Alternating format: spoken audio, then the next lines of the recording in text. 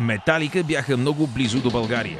3 юли, ден преди в София ние да посрещнем Мерилин Менсън, Metallica бяха хедлайнери на една от вечерите на най-големия фестивал в съседна Гърция – RockWave 2007. Именно там харизматичният фронтмен Джеймс Хетфилд даде ексклузивно интервю за гръцкия музикален лидер Мат ТВ. Това е единственото интервю, което Джеймс даде по време на престоя на групата в Европа.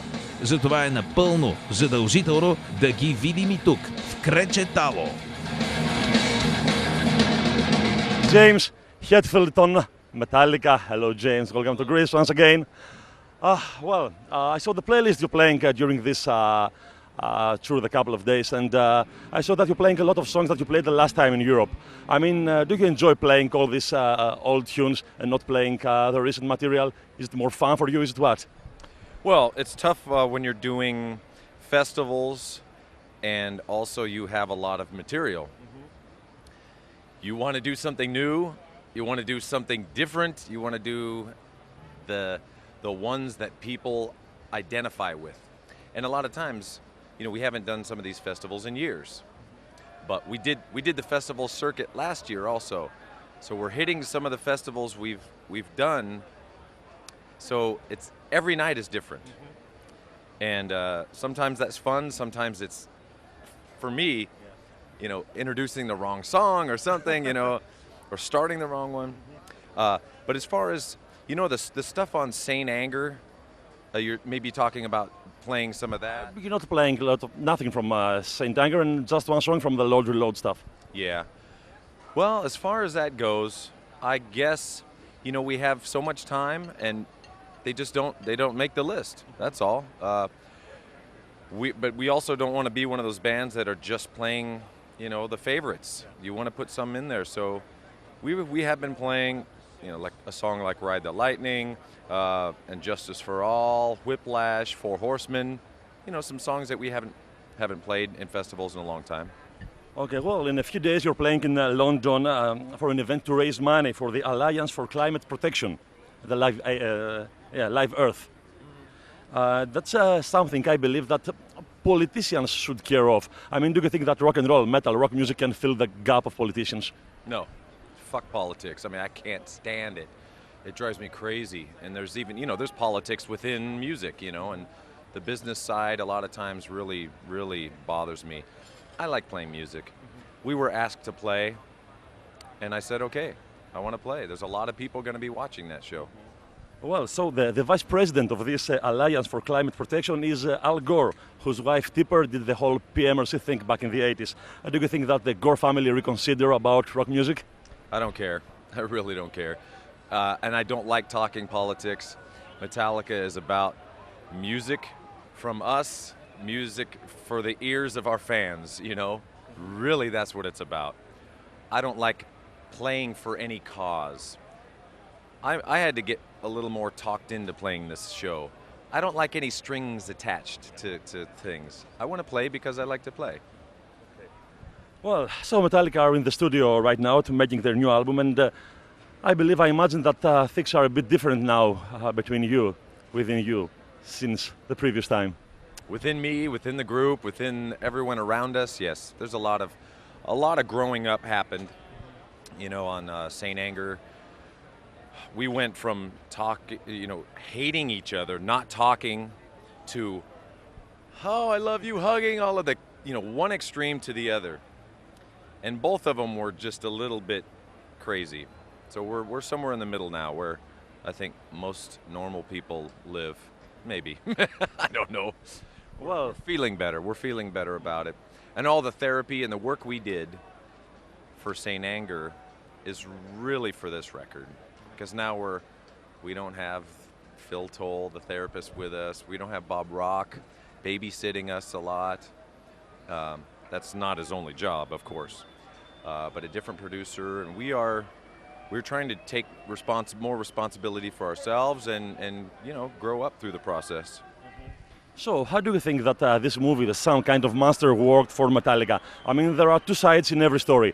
For me, I saw the sensitive and the human side of one of my favorite bands, but there is the other side, and as Kerry King of Slayer said, that's the quote exactly, I saw some fragile old men that can't have a cocktail anymore. Sure. Oh, and that's probably what they saw, and and that makes a lot of sense. That's what they're afraid of. You know, they don't want to get old, and everyone gets old. Everyone goes through things. It happened that we went through that on film, and we're not afraid to show ourselves to anyone at any time. That is pure freedom right there. Putting that movie out was more for us, I would say. I'm not interested in showing everyone my dirty laundry, but that was a part of human nature. It wasn't to shock anyone, it wasn't to make money, it wasn't to, there was no ulterior motive of that except showing what what we went through at that time.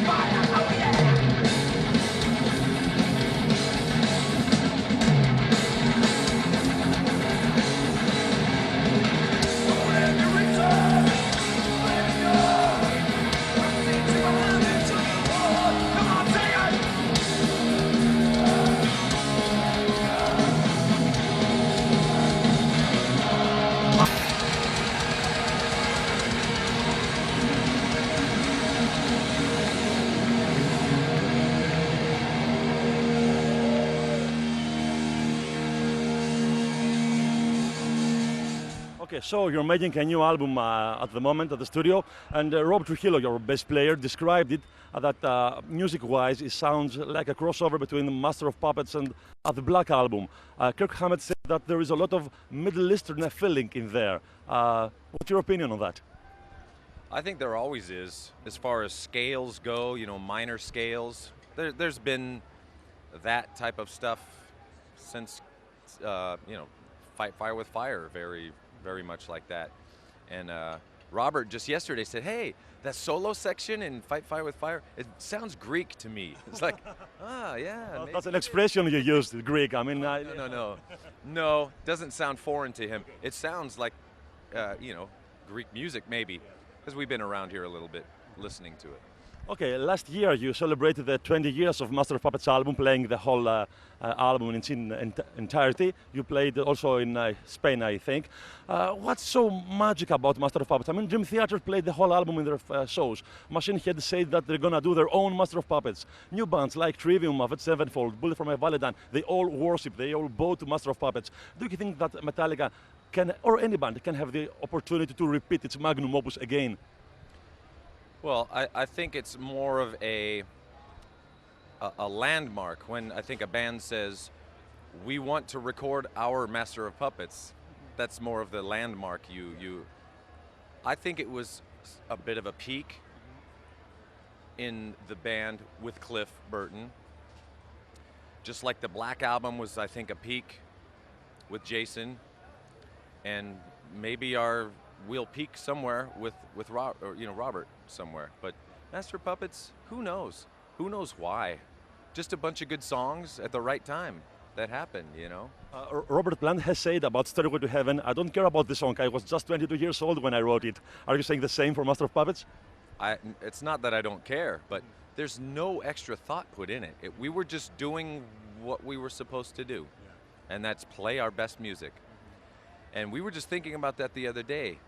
We were driving in England and looking in all the bushes between the estates, you know, saying, oh, that's a hedgerow. And then we started singing, there's a bustle in your hedgerow, you know, the lyric from Stairway to Heaven. Go, what is that?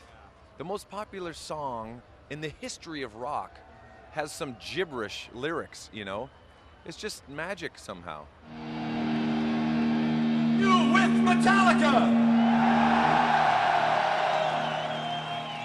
Then give me an M! Give me an E! Give me a T! Give me an A! Give me an L! Give me fuel, give me fire, give me double time, it's all.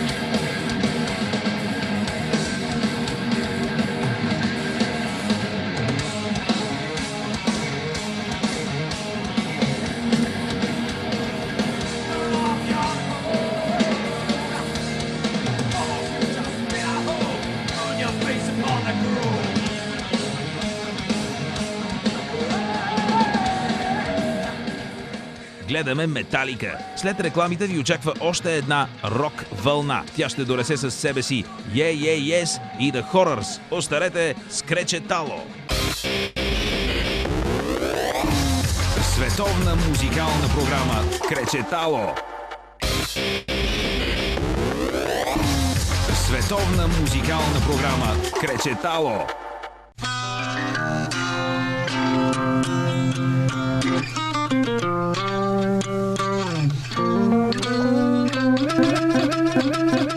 Well, Metallica worked with Rick Rubin as a producer, and this guy has worked with bands from AC/DC to Johnny Cash, and from Slipknot to Red Hot Chili Peppers and Linkin Park. What's so special on Rick Rubin, and why did you pick him up to produce your new album? Well, yes, you're right. It's not luck. It's not luck that he's these albums that he does are they sound good, and they hit the mark. They hit the mark. That's why I think Bob Rock. God bless Bob Rock. We've learned so much from him. But at a point, we were too enmeshed together, and I think we needed to just separate for a while. And working with someone new, someone who we might be able to respect. It's tough when you're at the top of your game and you've done it all, and you need someone to show you things, or hopefully he's going to show us some things we don't know. Okay, last question. There's a lady in Sweden, she named her daughter Metallica after your band.